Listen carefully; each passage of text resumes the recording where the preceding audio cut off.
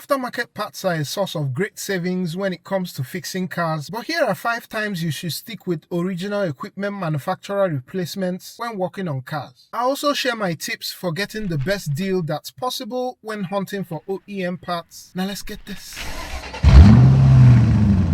Except you want to cancel your gym membership because you've installed a whole body vibration system in your car, my personal opinion is to stick with OEM motor mounts. In my experience, I just haven't found an aftermarket mount that doesn't lead to excessive vibrations on the car, especially in the case of front or rear engine mounts. Many OEM mounts have fluid-filled chambers which dampen vibration, and some of them are electronically controlled. Cheap aftermarket engine mounts simply lack this technology, and my advice if budget is tight is to go for used OEM mounts. That said, if you happen to know a good aftermarket mount that you trust, be sure to comment down below. The second is air fuel or O2 sensors, as well as other critical emission sensors or components on the car. Given the vital role that these parts play in determining air fuel ratio, fuel consumption, and other parts of the combustion process, aftermarket parts, in my opinion, are just not worth the gamble. One exception and a pro tip is to look out for aftermarket parts that are made by original equipment manufacturers. For example, Denso makes original equipment for Honda and Toyota on a number of parts, and I've typically used their first time fit OE replacements with very good results. This is a popular choice and can save you a lot of money compared to replacing these parts at the dealership.